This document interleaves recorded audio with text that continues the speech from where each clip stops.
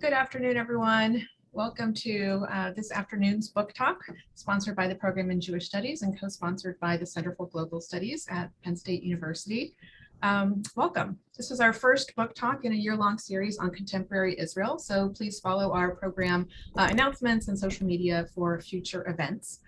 And I'm delighted to welcome our main speaker, Dr. Sarah Willen, whom I will introduce more fully in a moment.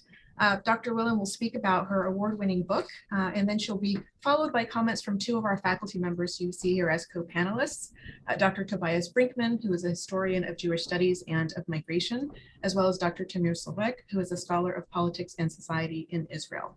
We'll then open up the floor to Q&A from the audience, but you can feel free to write any questions that you have during Dr. Willen's talk in the Q&A, and we'll get to them at the end. I want to mention a couple of things. First of all, that the publisher for Fighting for Dignity, Dr. Willen's book that she'll be speaking about, the University of Pennsylvania Press, is offering a 30% discount and free shipping in the United States for those who want to purchase the book, and I'm sure you will after you hear her comments on it. So my trusty assistant will be popping that into the chat. Dr. Sternfeld, I had a little bit of trouble technologically, but there it's already in the chat. You can follow that link for the discount code. So I'm delighted to introduce our speaker, Dr. Sarah Willen, who is an associate professor of anthropology at the University of Connecticut, as well as the director of the research program on global health and human rights at the university's Human Rights Institute. She holds a PhD in anthropology, as well as an MPH in global health, both from Emory University.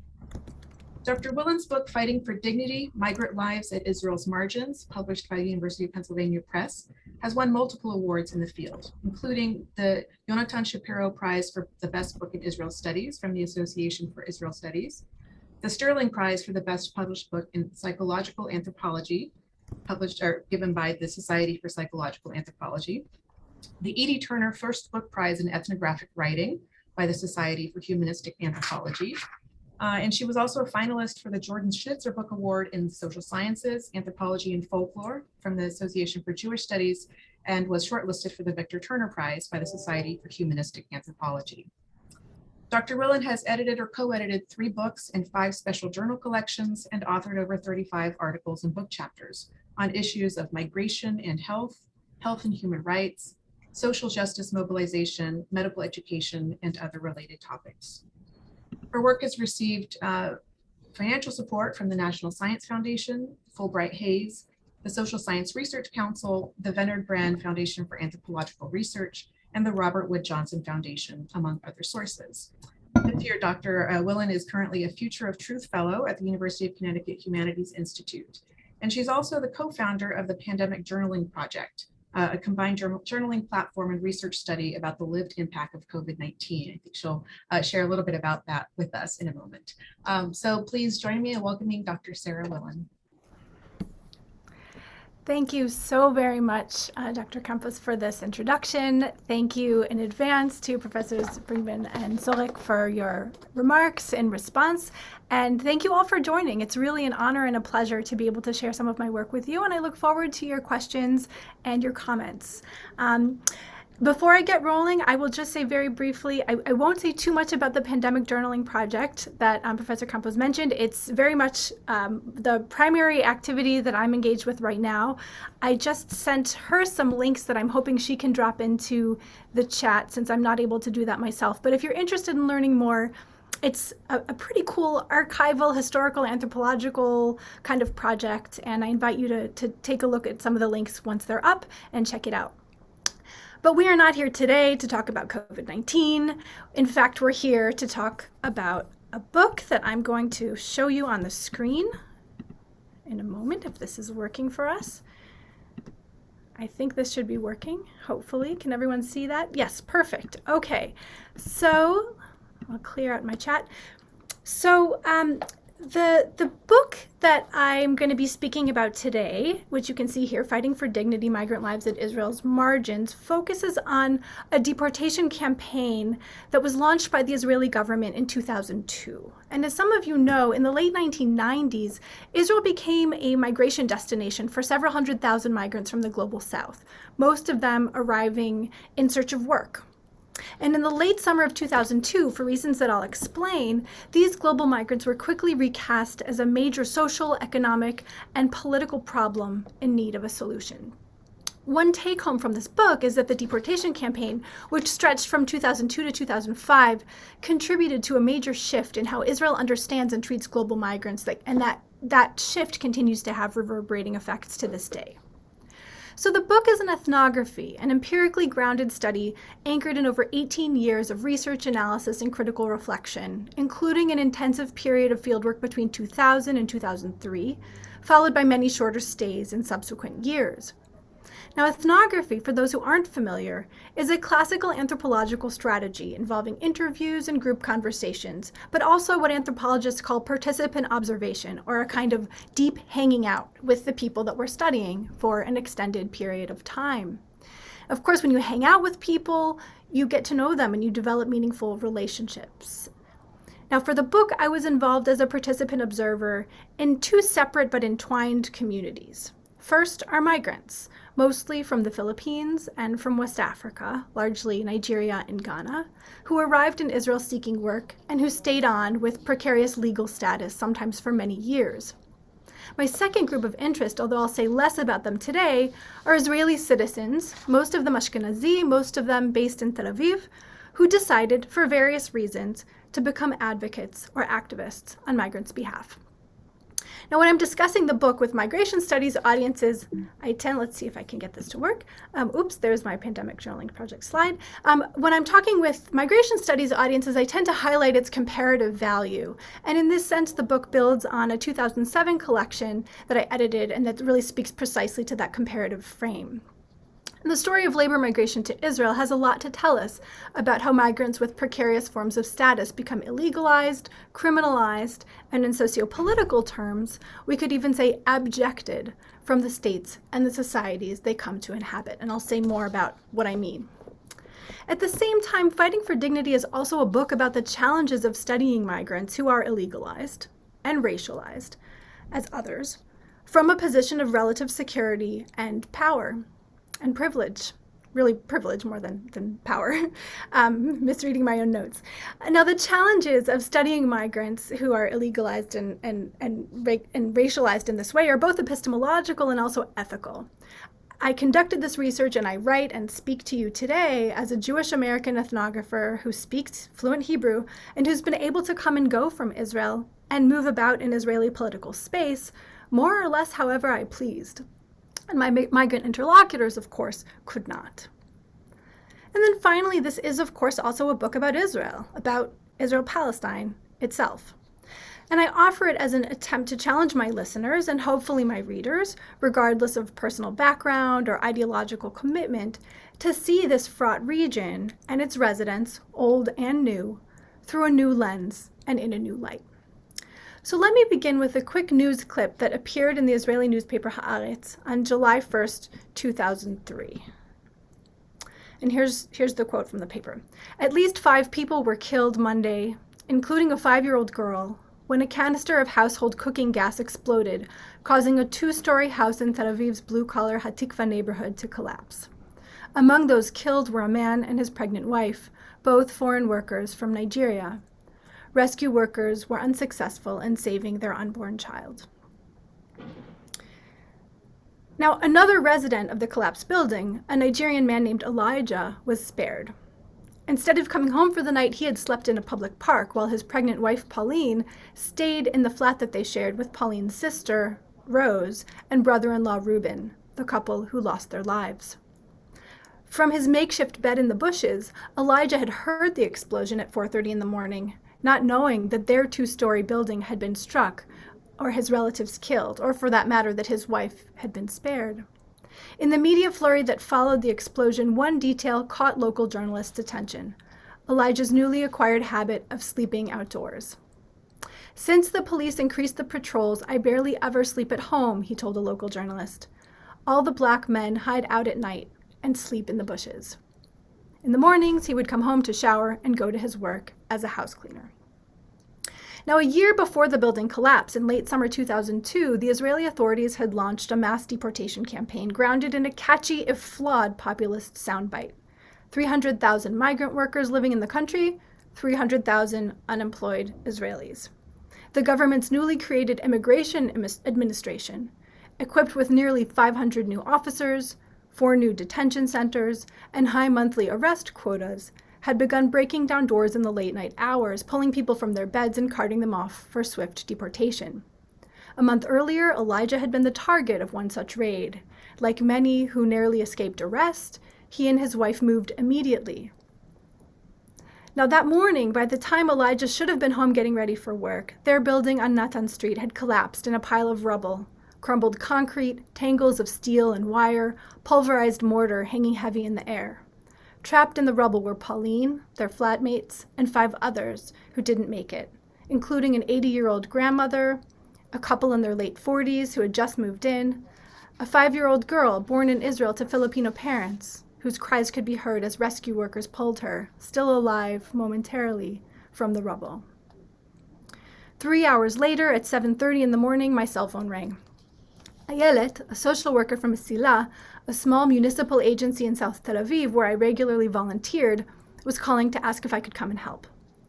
An unusual agency of professional social workers supported by a team of volunteers, Mesila's unwritten motto revealed its delicate position.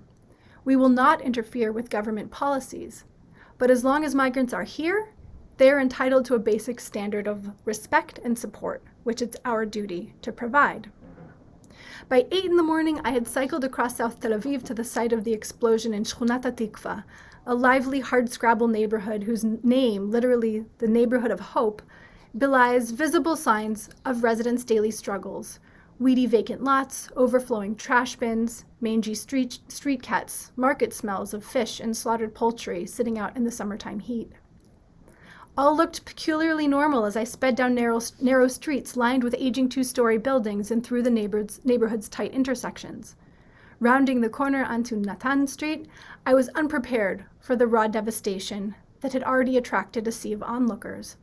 Hundreds of people, Israelis, Nigerians, Ghanaians, Filipinos, crowded shoulder to shoulder, peering behind the police barriers and toward the gaping hole where, just hours earlier, a building had stood, filled with people sleeping in their beds. The crowd stayed eerily quiet as uniformed soldiers, police officers, rescue crews with heavy equipment, and emergency personnel teamed about the live wreckage. Journalists scampered freely, snapping photos and thrusting microphones in people's faces without invitation, eager to package the rawness of individual trauma into media ephemera for consumption at a distance, soon to be forgotten. The director of Mesila guided me past the crowds and brought me behind a police barrier. An African woman, her body contorted and eyes wild, sat in a huddle of women on a narrow stairway across from the rubble, weeping and praying. Her daughter and daughter-in-law are trapped inside, Ayelet told me as we walked by. I immediately recognized her. It was a woman named Comfort, who had welcomed me 3 years earlier to the apartment that she shared with several flatmates, including Yvonne, the Nigerian woman I had come to interview. Since then, Comfort and I had always greeted each other warmly at the NGO-run clinic for migrant workers, where she was a patient, and I spent my afternoons as a participant observer and volunteer. But when I saw Comfort on Natan Street that morning, my own limbs shaking, pulverized concrete invading my nostrils, I could barely recognize her. Unsure of how to make myself useful, I suggested I might pass those anxious hours with Comfort and the women who had flocked to her. As the sun rose in the sky, an emergency worker coaxed us all out of the heat and into a small shaded courtyard. The pace of the rescue operation was excruciatingly slow. At one point, a soldier approached the courtyard with a plea for patience. "We're working carefully," he told Comfort in English. He promised to return with an update. We didn't see him again. The heat was heavy beneath a preternaturally clear blue sky. Eventually, late in the morning, rescue workers emerged from the rubble, a black body bag in tow. It's Reuben," someone cried. A crowd surged toward the police barrier and a scuffle ensued as several officers tried to hold people back. A Nigerian man fell to the ground. An instant later, word reached comfort. And then chaos. As she let out a piercing wail, crowds swarmed. Masila social workers tried to calm her down and offer her water. Journalists shoved cameras in her face. It was horrible, I scribbled in a field note later that morning. Just horrible. Only hours later did we learn that the crowd had been mistaken. The body in the black bag was not Reuben's. It was Rose, his pregnant wife, and her near-term fetus could not be saved. Now, the building collapse on Natan Street was no commonplace event in South Tel Aviv, but much about that fateful morning followed disaster routine. Curious onlookers poured onto the streets, horrified but enraptured. A high-tech complex emergency operation, much like those Israel deploys in response to suicide bombings and exports overseas on humanitarian missions, kicked rapidly into gear. For just a moment, the tensions and antipathies that usually coursed through the streets and alleyways of the struggling urban neighborhood gave way to a different logic altogether, a logic that puts human life, bare, vulnerable, unmarked by social distinction, above all else. But there was nothing redemptive about this momentary erasure of social boundaries, especially since another darker tale lurked in plain sight. However authentic the Israeli authorities' momentary solicitude toward unauthorized migrant victims and their relatives, it contrasted starkly with the manhunt mentality that preceded it and that would return quickly in its wake. And as for Elijah, he owed his own survival to a deeply unsettling paradox. What saved his life above all was precisely the aggressive deportation campaign that hounded him out of his home and sowed fear and panic among the migrant men, women, and children, numbering around 100,000 as of 2002, who had taken up residence in Israel on an unauthorized basis.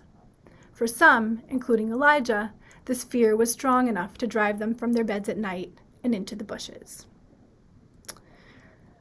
So the book, that's just part of the beginning of the book. The book that I'm here to discuss is a story of dignity, indignity, and indignation. I draw on over 18 years of ethnographic engagement from 2000 to 2018, including more than 30 non-consecutive months of fieldwork in Tel Aviv, to explore the rhythm, the texture, and the existential demands of everyday life for a relatively new population of excluded others in the charged sociopolitical space of contemporary Israel-Palestine. Global migrants who've been illegalized by the Israeli state and Israeli society, and the country's ethno-national migration regime and the ongoing Israeli-Palestinian conflict form the backdrop to the story it tells. So this should situate us in space. Here are some maps.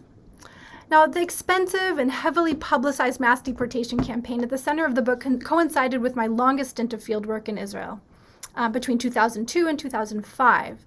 In that period, more than 150,000 migrants were distanced from Israel, to employ the immigration police's sanitizing euphemism, including over 40,000 who were arrested and deported, and over 100,000 who were encouraged, but in effect regularly and systematically intimidated, into leaving on an ostensibly voluntary basis.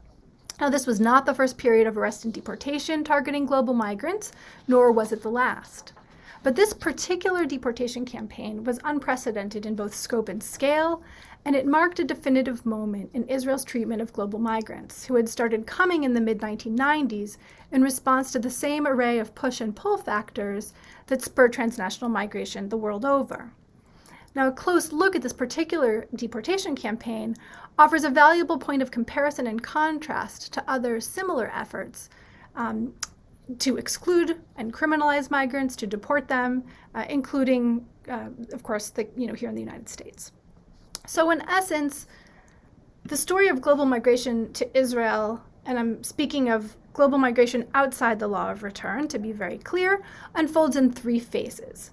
First is the recruitment of authorized workers, and I'm going to do this very quickly, but I'm happy to answer questions. So the first was the recruitment of authorized workers to replace Palestinians in the wake of the First Intifada. And you can see here the inverse relationship between the proportion of Palestinians in the Israeli labor market in those years and the rapidly increasing proportion of migrant workers. And concomitantly can see the rapid increase in the number of permits granted as employers and sectors that had relied on Palestinians quickly came to realize that overseas laborers were going to be the solution to their labor woes once the government authorized their recruitment. The second wave involves unauthorized migration, often via what I've described as the tourist loophole, or people coming to Israel with tourist groups or Christian pilgrim groups with the intention of staying on. And then there's a third wave that merits mention very briefly, and they're not my focus, but they're much of what we think about when we read about global migrants in the news in relation to Israel now, and that's asylum seekers and refugees who at this time primarily were Eritrean or Sudanese and who were arriving via the Sinai Desert and the southern border with Egypt. And I won't say very much about them today. Now, let me summarize very quickly the new deportation regime that sprung up starting in the late summer of 2002. And this is, I watched this happen, and I was deeply involved with migrant communities as they began to try to figure out what was happening and how to respond, how to protect themselves, what to do if they themselves were stopped, arrested, or family members or close friends deported. So I mentioned the hiring of new police officers and the opening of new detention centers. Here's an image from one of those detention centers, which was constructed as a hotel, as the Renaissance Hotel in the city of Nazareth before the year 2000, in anticipation of a large wave of Christian religious pilgrims. And you can see that the hotel was simply transformed into a detention center for these purposes. Other techniques of the deportation regime or apparatus included a media campaign of newspaper and radio ads, the systematic arrest and deportation of community leaders, the cultivation of police informers, and concomitant with that, the marking of doors in preparation for arrests. And this is something I heard about and I didn't believe until I saw it with my own eyes. So people would be enlisted by the migration authorities, by the immigration administration, the immigration police, to go with a permanent marker and mark the threshold, literally mark the doors of homes in which unauthorized migrants lived. And then later the immigration police would come and arrest people, often by breaking down doors late at night, sometimes with violence. And this is something I write about in some detail in the book. Another technique involved what was called a voluntary departure campaign for families. And these are a couple of flyers that were distributed in several languages among migrant communities that essentially were an appeal to unauthorized migrants to register, promise to leave within a month. And the bargain was, if you make this pledge, then you won't be arrested and deported. And I'll say a little bit more about that in a moment. But this is one of the things that has recurred. This voluntary departure campaign popped up again in 2018 when the government announced yet another campaign along these lines. In this case, not to deport migrant workers to their own countries, but to send asylum seekers to other countries. So to send Eritrean or Sudanese asylum seekers to third countries, and eventually became clear to Rwanda or Uganda, under arrangements that gravely imperiled many of those who signed and were pretty much unprecedented and in international law and illegal. So in the time that remains, I want to sort of take a look at the big picture of the book and say a word about the big picture themes. But first, I want to just briefly share the book's two epigraphs to give you a sense of what this project is about. The first is from my former boss and mentor, Nomi Chazan, who served as a member and deputy speaker of the Knesset, among many other roles and distinctions. And she wrote in a 2015 newspaper column that contemporary Israel is one big bundle of contradictions, often as uplifting as it is off-putting, as compassionate as it is oppressive, as humane as it is cruel. And she goes on in this vein, and really these tensions are very much at the heart of the book and the heart of what it is I'm trying to show and recount based on the fieldwork I've conducted. The other epigraph to the book is from Hannah Arendt, who points us in a much more optimistic direction and gives a really useful way of thinking about what migrants do when they're facing the kind of limitations and constraints and forms of exclusion and threatened deportation that the communities I came to work with faced daily. And Arendt writes, we are free to change the world and start something new in it. And it's really the balance of those two, the tension between these two epigraphs, that kind of captures what it is I'm trying to do here. So let me very quickly walk through some of the key themes of the book. One goal, as you can understand now, is to document this mass deportation campaign launched in 2002 and its lived effects in migrants' lives.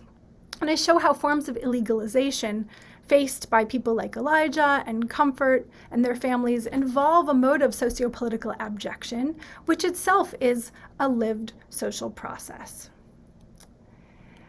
And the second theme that I explore is to look at how Israel's ethno-national migration regime warmly embraces nearly anyone with a bureaucratically legible tie to Jewishness, while pretty much leaving everyone else out in varying degrees of cold. I argue that we can't understand Israel's treatment of this relatively new category of others without understanding how the state treats those understood as its real others, Palestinians. So we could describe Israel as being governed by a biopolitical logic that essentially slots all residents of the region into one of these three distinct groups: ratified citizens, or Jewish Israelis; real others, Palestinians; or other others, global migrants. And of course, there's nothing natural about these categories or their moral valences or the lines between them. They're the result of very specific forms of discursive and ideological work. And I'll share a very quick story to show what that can look like, about an improbable meeting in a local church in which migrant leaders invited members of their communities to meet with representatives of the immigration police. "We are not terrorists," boomed Emeka, a tall, mustached Nigerian man in African garb who stood near the back of an improvised church. Once a manufacturing space, the cavernous hall was now spruced up with a bit of thin carpeting, a simple altar with microphones, and row upon row of plastic lawn chairs serving as pews. But this meeting, on a sweaty summer afternoon, was no worship service. Instead, Emeka and 70-odd other migrants, mostly West African men with a few Filipinos and others, had convened at this improbable invitation of the Immigration Administration, whose mass deportation campaign was about to enter its second year in a new phase. And I sat in the back with my Nigerian friend Uche and two of his friends, one Nigerian and another Filipino, and we saw many familiar faces.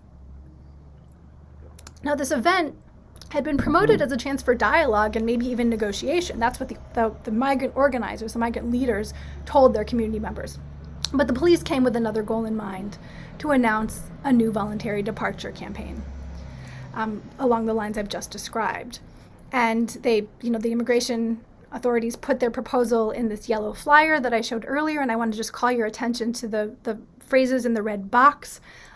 "Do not let us arrest you.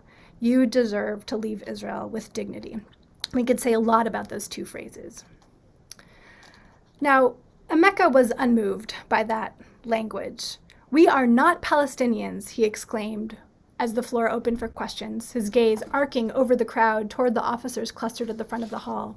He stood tall, microphone in hand, his voice brimming with anger and frustration.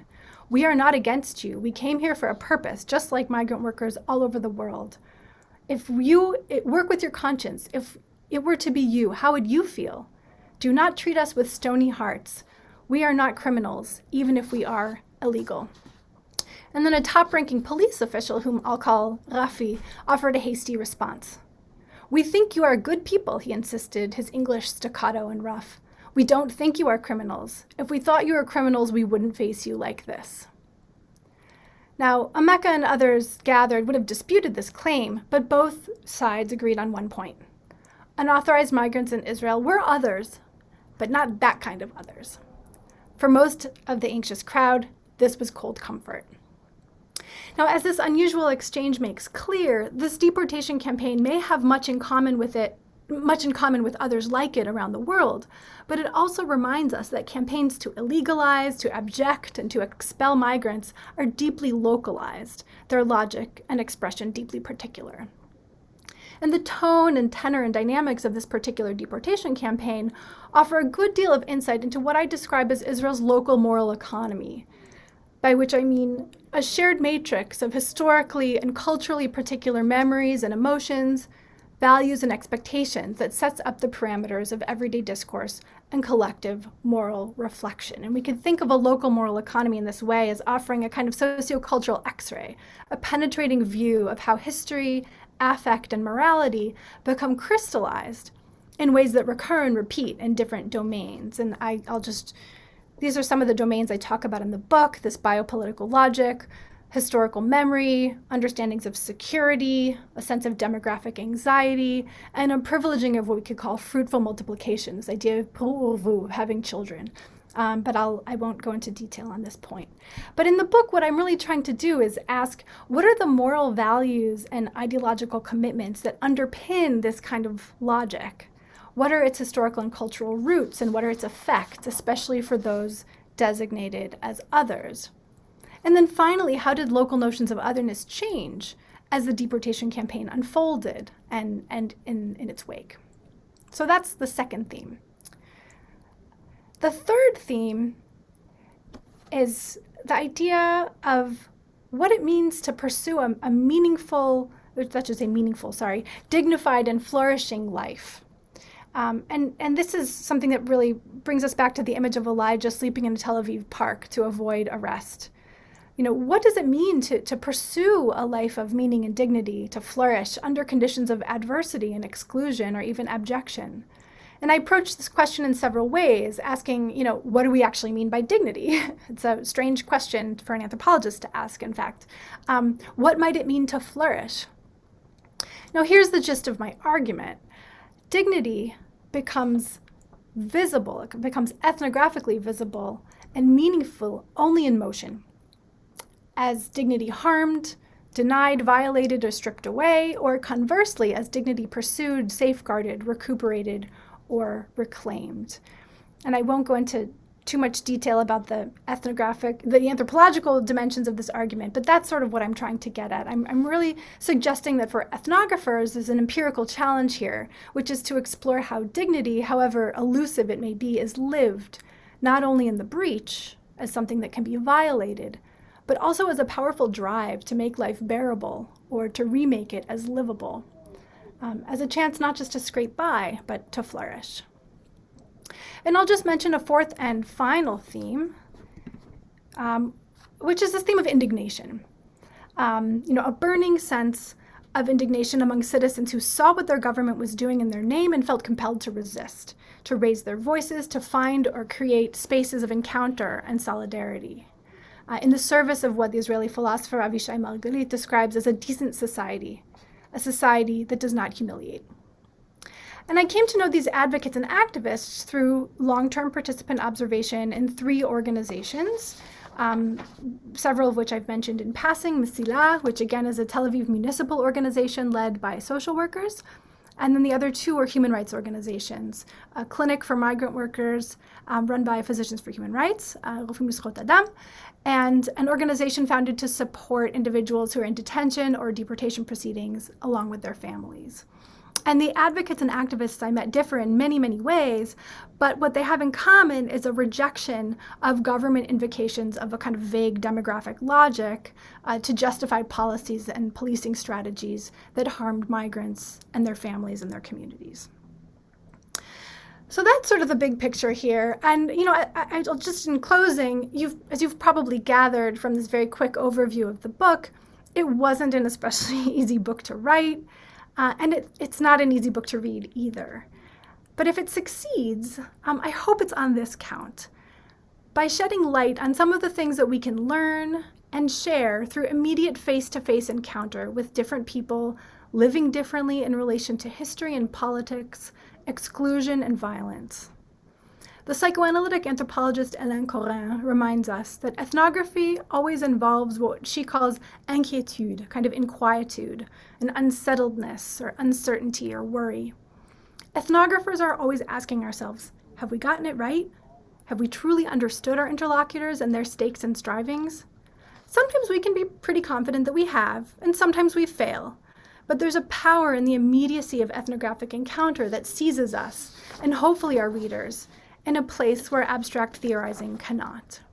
I expect that for many who encounter this book, it will prove unsettling and uncomfortable, and in fact, I hope it will. But at the same time, I hope it will provoke equally unsettling questions about comparisons: historical comparisons, biblical comparisons, geographic comparisons, and about their value as well as their limits. So I'll close with a very brief ethnographic snapshot that I think about often.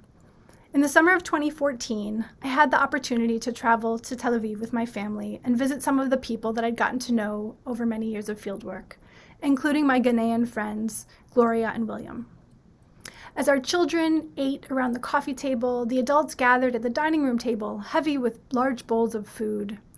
As we ate, I walked Gloria and William through the main arguments of this book, focusing on ideas about dignity and the lasting impact of the deportation campaign that they had managed to evade a decade earlier, unlike many others that we knew.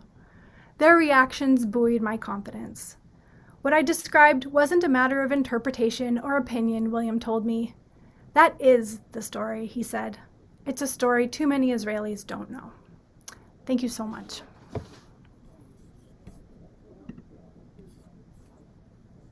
Thank you so much, Sarah. That was a really thorough and moving summary of your book, and hopefully enticed many of our participants to go out and read the book. I strongly encourage you to. So I'd like to invite my colleague Tobias Brinkman to turn on his camera and to share his thoughts from the perspective of migration studies.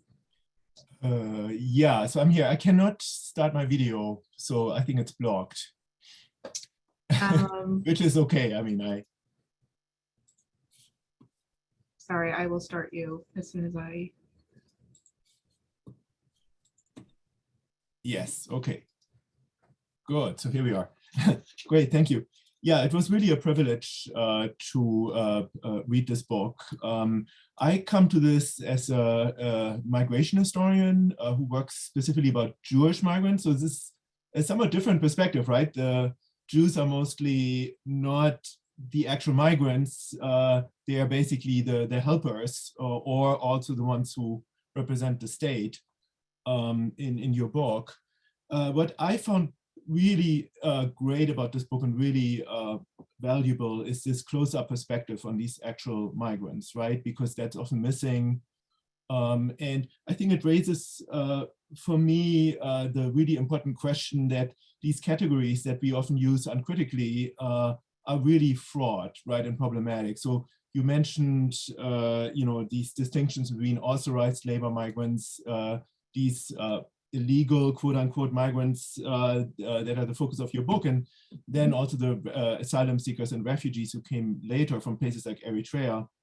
And but these are all, of course, as you are very clearly pointing out in the book, categories that are constructed categories, right? You do mention in your bibliography the book by Main Guy, Impossible Subjects. This is a really important study about immigration in the 20th century United States. And the big argument of this book is that the illegal migrant is a legal construct, right? So we have to be really careful handling this. And in my own work, I'm really arguing that this distinction between Jewish refugees and Jewish migrants is very problematic, that most people, and I think that's what your book really shows, fall in between these categories. They're real people, right? They have all sorts of motives, and so I think that's really valuable. Israel is a curious place, of course, but so is pretty much every other country.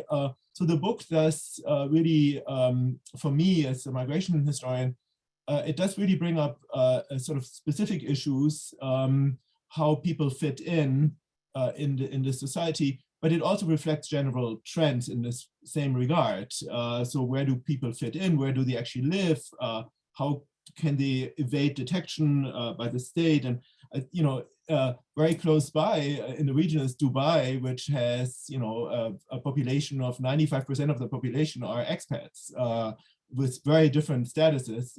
And the status is tied to employment. So that's a very radical, example. And there are many different examples. The curious aspects in Israel are, of course, the very rigid citizenship law, which is descent-based, and of course, the fact that there are Palestinians who have this undeclared status as well. And I just noticed when you mentioned this that the one person that you discussed at the end says, "We are not Palestinians." That's really important. I recall this was very similar when I grew up in West Germany, and I was in Berlin when the wall came down, and there are a lot of Turkish labor migrants and their grandchildren already living there who did not have German citizenship. And they were really anxious when the wall came down because East Germans essentially jumped the queue. They got citizenship immediately. And it was similar situations. They would always say, we are not East Germans. And the East Germans would say, well, we are not Turks. They should go home. And that was their home, Berlin, right? So this is really similar. So I really had three questions. One is, I've been in this space, in this weird bus station, which is like a spaceship that sort of crashed in this neighborhood, and it's huge and mostly empty. It's a strange area. Why is it this space and no other in Israel, right? This is the one space, I think, where there are people who don't quite fit in. It's, at least that's my sort of perception. Maybe I'm wrong, but where people can sort of pass and exist, and other spaces are much more complicated in the country, right? So there's something really special about South Tel Aviv, and I would be curious to, and this is really the focus of your book, right? And I think I would be curious to learn a little more. And I think it highlights, and this is my second question, what is actually the status of many of these people, right? And some are overlapping, some are, there, and this is really, I think these economic migrant asylum seeker, it's often, fluid. In a society that is clearly changing, but the legal categories are way behind, right? It's we know the society is changing, and I think this neighborhood, the people who live in this neighborhood, symbolize some of these questions that have to be tackled. And I think so that there's more tied to the space and the space that seemingly doesn't fit into the country, and yet it's there and it's an important space. And it's a bus station, right? So a bus station means people pass through all the time.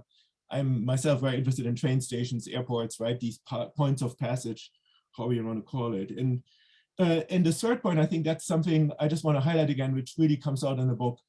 The fact that there are these helpers, and that it is not normal for, there are people who say we cannot, as Israelis, we cannot deport people from our country.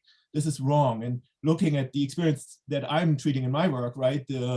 The fact that many Jewish migrants after World War I were basically stranded in between, often literally between borders in the late 1930s. And there was literally no space where they could go, right? And there are, of course, many people in Israel who are only too aware of that affliction, and it really comes out in the book, and I found this really powerful. So that's all I have to say very briefly. Thank you. Thank you.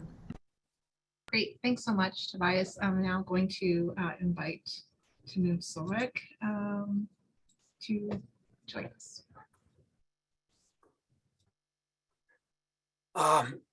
Thank you, Sarah, for this opportunity to read your book, which I enjoyed very much. And it has many merits, but I would like to focus on a particular one.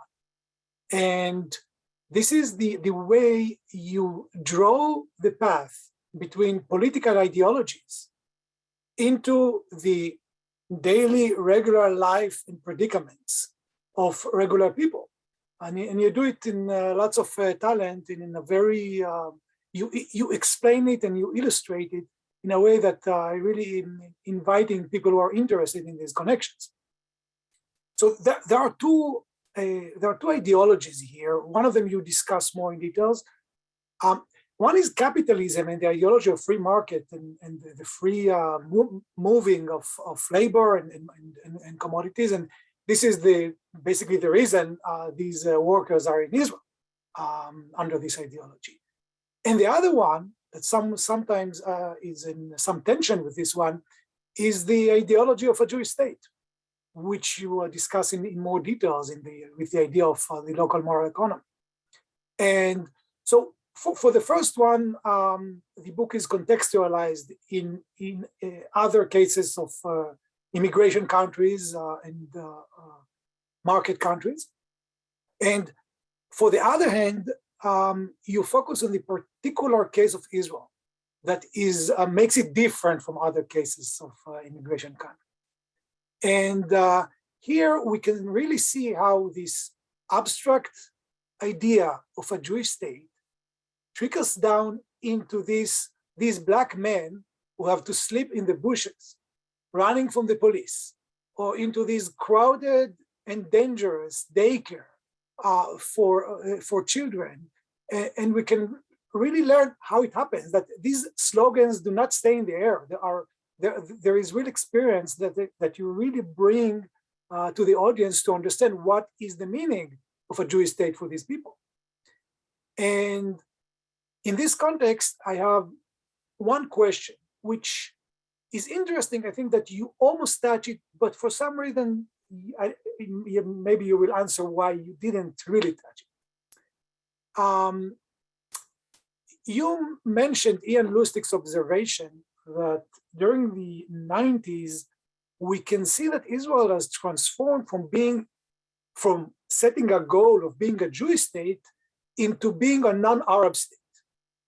And the evidence he brings is that, look, among these million immigrants who came from the former Soviet Union, about between 1/4 and 1/3 are not Jews according to the Orthodox definition of the term. And the Orthodox definition is what counts, at least in the official definition of the state. So, and then we have this case of people who are not Jewish, but also not Palestinian, not Arab. Many of them arrive because they are able bodies, they can work, they can contribute to the economy, but nevertheless, they are not accepted. And it brings question about the diseases of the non-Arab state. And so we should ask ourselves, what is the reason that they are being rejected, but not the immigrants from the former Soviet Union?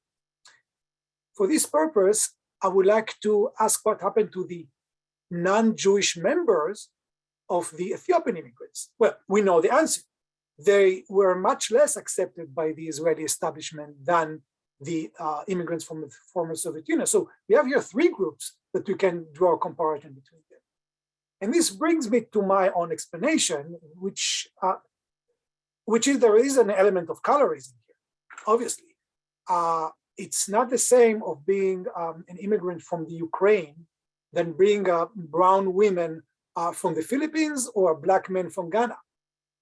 And this colorism is seen in the case of the Ethiopians. So basically, I'm setting here two questions. Is why, to what extent do we agree with this observation that there is an element of colorism? And the other is, if you do agree, why did you stop short from discussing it in your book? Great. Sarah, please, the floor is yours. Thank you. Well, thank you both so much for engaging so deeply and richly with the text and in such different ways, which I really, really appreciate. And I love these questions, and I love the fact that they're coming from really, each of you from a place of grappling with, like I said, there are comparisons, and we have to think with those comparisons, and we have to struggle with them, and we also have to recognize their limits. And so that I think that tension is built into the questions that each of you is raising, and so I appreciate them very much.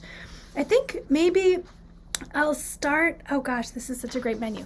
I think I'll start with your questions, Tamir, about both of them. First, in terms of why, Ian Lustig poses this question, if Israel's really trying to be a non-Arab state, as he argues in relation to immigrants from the former Soviet Union, why don't I engage this possibility that migrant workers or global migrants in the 1990s into the 2000s might have become another population that could be incorporated into the state in ways that would bolster a Jewish majority, essentially.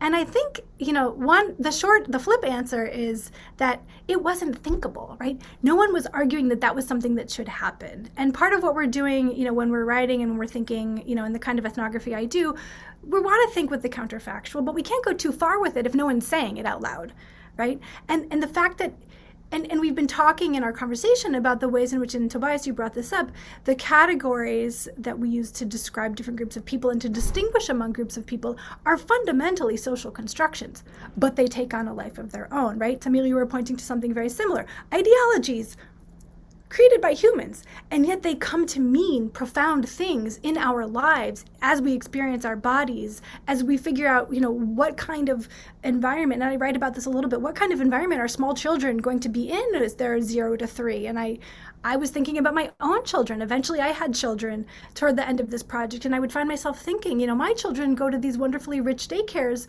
that are a function of where they're situated in society as a result of ideology and social construction. So the sort of pointed short version of it is that no one really at any point that I observed made the argument that we should incorporate global migrants.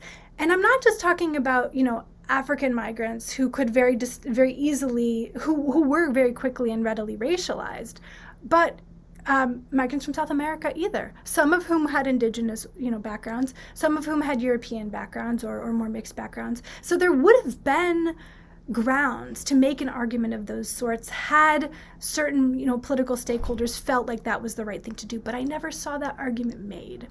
So to me, I felt like, well, I got to stick this counterfactual possibility into the book somewhere, but I can't go too far with it because it's really, it's just a theory, right? Or it's a theoretical possibility that never was borne out in political deliberations that I was privy to. Now, in terms of why you're using the term colorism, we could call it racism. Either way, I think that's part of the story here. That, there, and I write about this to some extent, and one of the deficiencies I see in the book is that I don't say as much about differences about the ways in which color or race or ethnicity plays out in Israel more in a broader sense. So I don't really talk as much about the fact that, the neighborhood of South Tel Aviv into which people were moving was a largely Mizrahi neighborhood. And that, became very much an issue in a period after the core period of my research. So Michelle and I were speaking before we got started about how we didn't really see much active xenophobia targeting global migrants. And, global migrants is my own social construction here, right?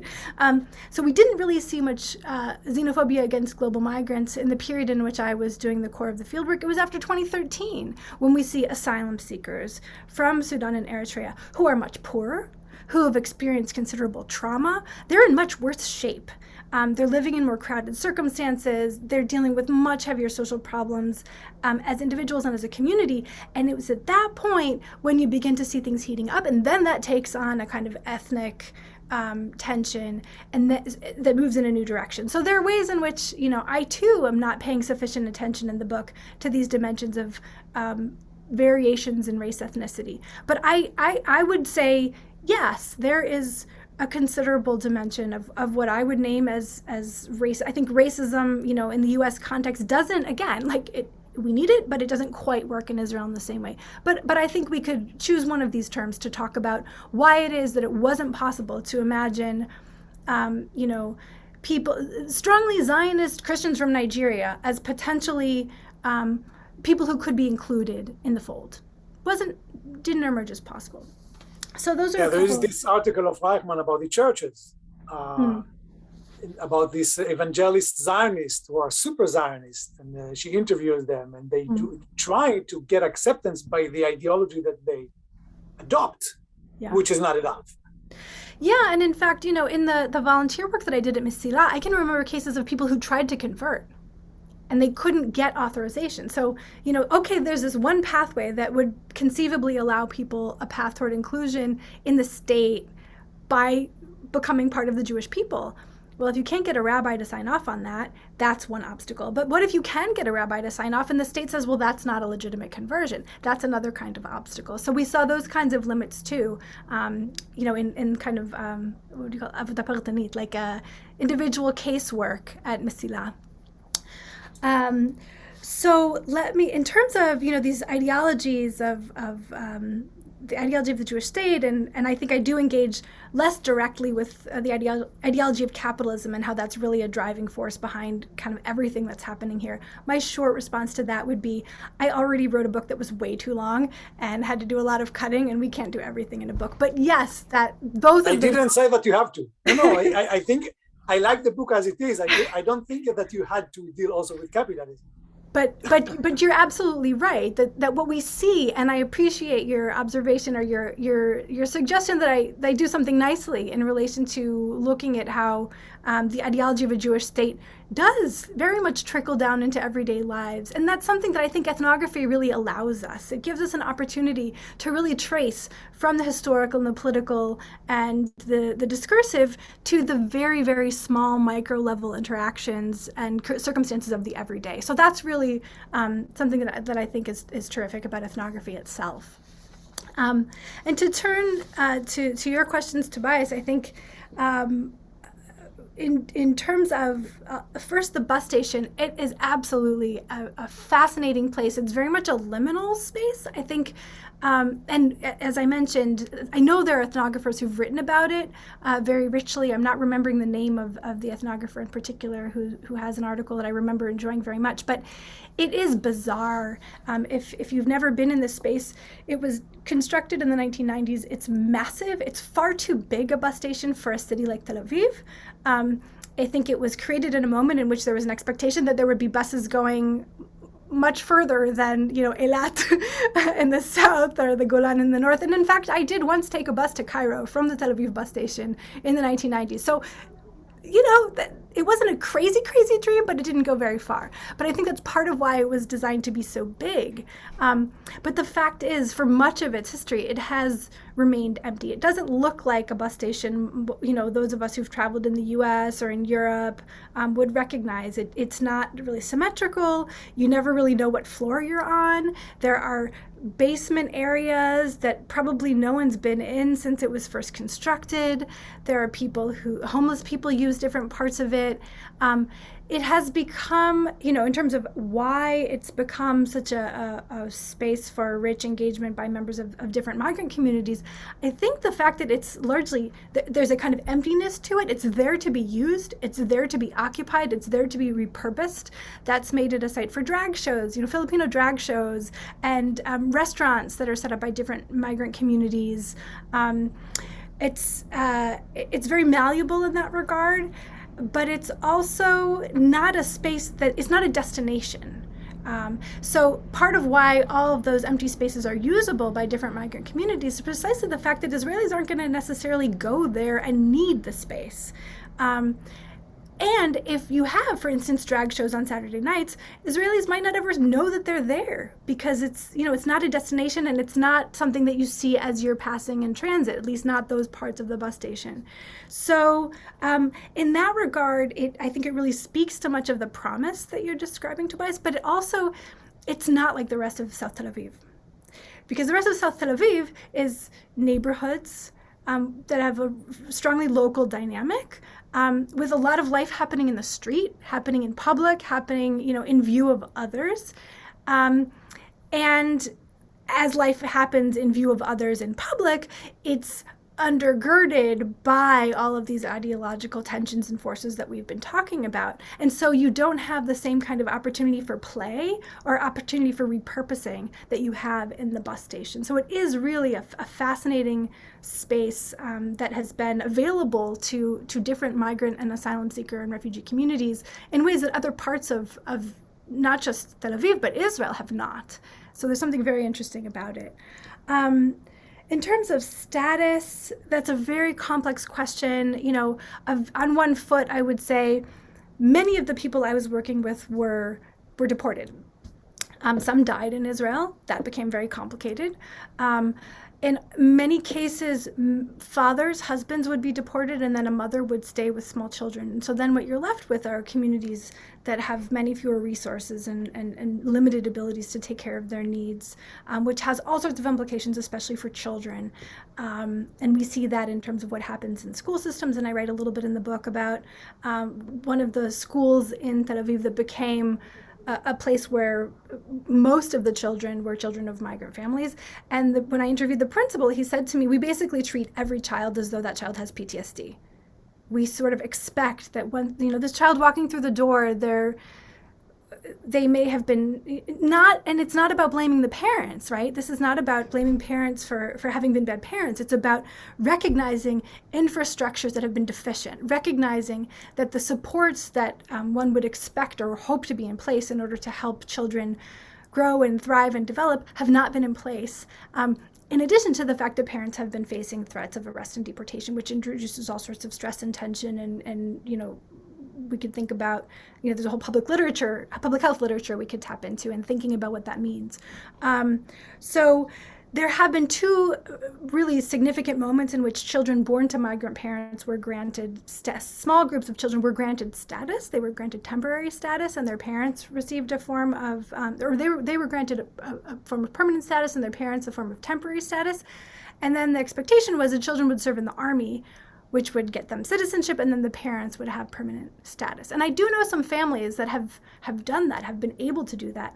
But think about what that means for the children. Think about what kind of expectation that's placing on the children. Those children don't have the opportunity to decide to refuse to serve in the military in the same way that, not that they necessarily would, but should they want to, for any reason, refusing to become part of this bargain would jeopardize the status and the livelihood of their entire families. And so we have to really look very closely at what those two arrangements have meant.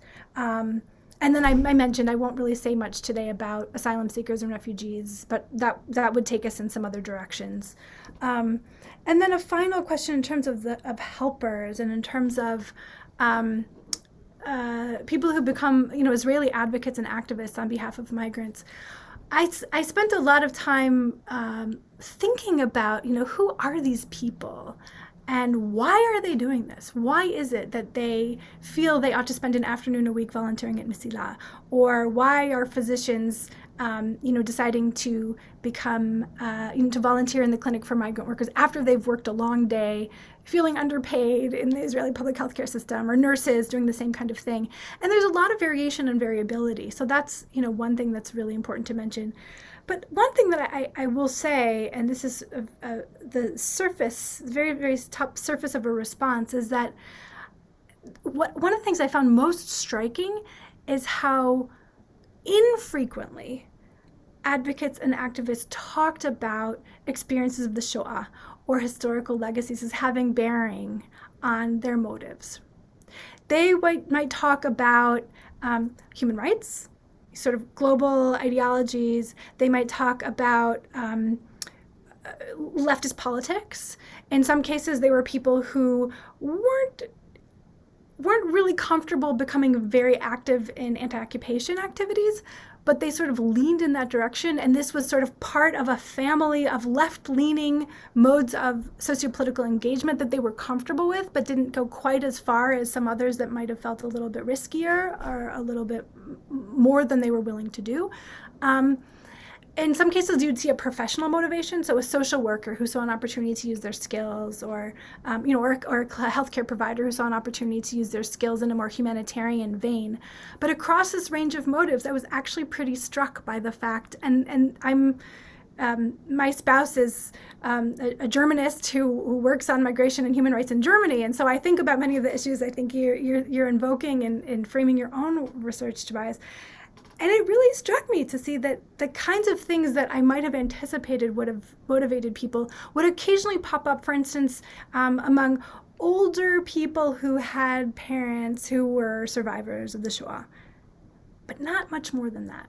So, but the whole question of what motivates people as Jewish citizens to become advocates or advocates on behalf of migrants or asylum seekers is very interesting, and there's a lot more that could be said about that. But I will stop here and just thank each of you, both of you, for these terrific questions and for engaging so thoughtfully with the work. Thanks so much, Sarah and Tamir and Tobias, for that. I mean, it's such a rich conversation, and I hate to cut it short. We do need to end in a few minutes, but I did want to raise a comment that came from the audience from our colleague, who I think had to go and leave to teach, but she writes here that she very much enjoyed your presentation, is looking forward to reading the book. And she asked the question, did your interlocutors use the word dignity when describing their struggles, ambitions, etc.? If so, how? And also reminds us that the concept of dignity was also mobilized during the Arab Spring, especially in Egypt. And do you think there are any comparisons to be made, or any influences that might be going back and forth? Yeah, that's a terrific question. And I would say, so sometimes my interlocutors did use the notion of dignity, did speak of dignity, often in the inverse, right, in terms of feeling dignity had been violated. But to a large extent, I'm using it more as a descriptive, my analytic way of kind of capturing a lot of things that I saw happening, a lot of things that I saw people pursuing or struggling for, in their own lives. But I would say, when it did come up, it was often coming up in a kind of Christian idiom. So many of the people that I interviewed, and this is in part because I was meeting people either through organizations, so human rights organizations or Mesila, or through churches, because I went to church a lot with some of the people that I came to know well. I think it's unsurprising that dignity would come up through that sort of Christian vein of spirituality and sense of honor and potential violation. In terms of Arab Spring came much later than the primary period of fieldwork that I conducted. And I think what we see are resonances, right? So, in Arabic, there are a couple of different words for dignity. There's a word for dignity that refers to, and I'm not an Arabic speaker, but I understand through the work of my colleague Shireen Hamdi, who's an anthropologist working in Egypt and who's looked at this question of dignity in Arab Spring, that there's an idea of dignity that has to do with the corpse, the physical body, and treating the body itself in a way that is dignified. And then there's another understanding of dignity, so horma and karama having to do with something that's more resonant with what I'm describing here. And it's that notion of karama that I think also is what we hear from Palestinians, that we've been hearing in Palestinian protests in terms of reactions to forms of discrimination and oppression within the context of the Israeli state. So I would say that I can't draw any direct lines, but I definitely see resonances. And I think the fact that we do see those resonances means that there's a good question here, which is, what does dignity mean in people's lives? Not just in a kind of theoretical sense or abstract sense, but in the sense of, does this term, as formulated by philosophers and legal theorists and human rights scholars, resonate with what people actually live, what people pursue, how people articulate experiences of violation, how they articulate experiences of striving for something different, something that has grounding even as life circumstances are shot through with forms of oppression and violation. So I think that, maybe what this leaves us with is this question, which I think is a very interesting one, which is, what does it mean to think about dignity as something that's always in motion, whether we're talking about this case of illegalized migrants in Israel, or we're talking about similar groups in Western Europe and the United States, or in Dubai, right, or other parts of the Gulf, or whether we're thinking about groups, whether in Egypt or Palestinians or others who are articulating experience, or thinking of indigenous struggles in North America, experiencing a sense of having been violated by colonial powers or colonial regimes, and wanting to find a way of articulating something that has been lost and violated, and some path toward reclaiming a more secure grounding and way of flourishing in the future. Yeah, and I'll just also point out that karama, in terms of collective dignity, has a long history in the Palestinian nationalist discourse from at least the 1960s, if not earlier. And so it would be interesting to think about the interaction between the collective and the individual, the corporal, and kind of the body politic, so to speak, in terms of this dignity question. I am so sorry to have to end our conversation because it's so exciting. And I personally wanted to ask you some questions about the 2010 rabbinical letters against the infiltrators and their, kind of corrupting influence on Israeli city life, because that's a really interesting, this rabbinical responsa that does connect the foreign workers and the Palestinian question, and in terms of protecting the Jewish body politic. So I don't know if you have like a very fast 1 or 2 minutes response to that. I know it's not fair, but sorry, I have to leave. I'm sorry. So thank you so much. If people have to know, it's fine. And if people have to go, then that's totally fine. I am not actually remembering exactly the documents you're talking about. So I think my answer is I need to go and read up, and then we can talk about it. Okay. Something either it's slipping my mind, or I'm just not familiar and need to do some homework. Okay, we'll talk offline then about this. Okay. But thank you so much, Sarah. I really appreciate this. Has been a wonderful conversation around your book, and thanks to Tobias and to Tamir. Thank you all. It's been a real pleasure. Okay.